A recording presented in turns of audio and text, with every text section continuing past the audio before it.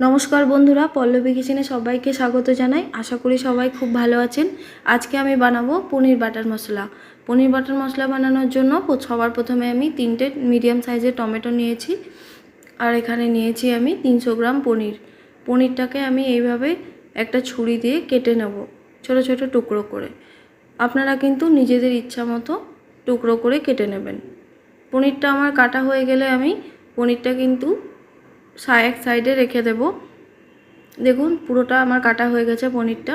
এবার আমি পনিরটা সাইডে রেখে দিচ্ছি। পনিরটা কিন্তু ভাজবো না। এবার আমি একটা গ্যাস অন করে একটা কড়াই বসিয়ে দিয়েছি। কড়াইয়ের মধ্যে দিয়েছি 1 চামচ সাদা তেল, তার মধ্যে দিয়েছি কিছুটা পরিমাণ বাটার, দিলাম 1 চামচ গোটা জিরে, কয়েক টুকরো দারচিনি, 2টো এলাচ, লবঙ্গ, কয়েক টুকরো রসুন, আর ঝালের জন্য একটা শুকনো লঙ্কা দিয়েছি, আর 2টো মিডিয়াম সাইজের পেঁয়াজ। এবার আমি এটাকে কিন্তু ভালো করে ভেজে নেব 2 থেকে 3 মিনিট ধরে। পেঁয়াজটা একটু ভাজা ভাজা হয়ে গেছে। এবার আমি এখানে দিলাম 1 চামচ পরিমাণ গোটা ধনে। আবারও আমি পেঁয়াজটাকে একটু ভালো করে নেড়ে নেব। এখানে দিচ্ছি আমি 3টে মিডিয়াম সাইজের টমেটো। এখানে আমি একটা কথা বলে রাখি, পেঁয়াজের থেকে কিন্তু টমেটোর পরিমাণ বেশি লাগবে পনির বাটার মশলার জন্য। দিলাম 10 থেকে 12টা কাজু, আর দিলাম খুব সামান্য পরিমাণ লবণ। এবার আমি ঢাকা দিয়ে এটাকে 7 থেকে 8 মিনিট মতো ভেজে নেব।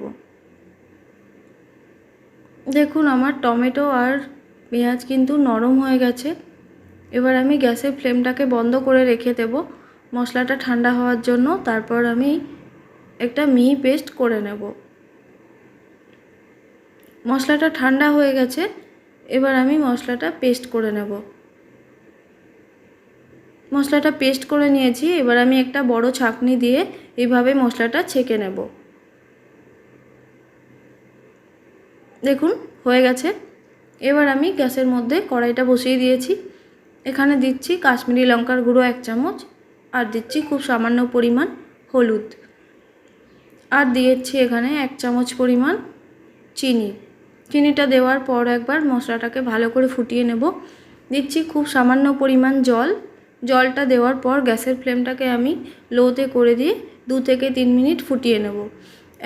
এখানে একটা বাটির মধ্যে গরম জল নিয়েছি, হালকা গরম জল। এর মধ্যে দিলাম লবণ দিয়ে এখানে আমি পনিরগুলোকে 1 থেকে 2 মিনিট মতো ভিজিয়ে রেখে দেব। গ্রেভিটা ফুটে গেছে। এবার আমি পনিরগুলোকে তুলে গ্রেভির মধ্যে দিয়ে দিচ্ছি। পনিরটা সবটা দিয়ে দিয়েছি। এবার আমি আর 2 মিনিট মতো ফুটিয়ে নেব।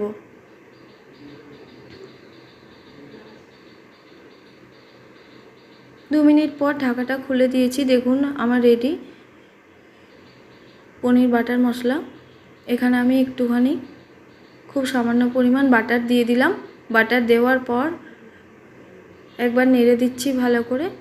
ব্যাস রেডি আমার পনির বাটার মশলা।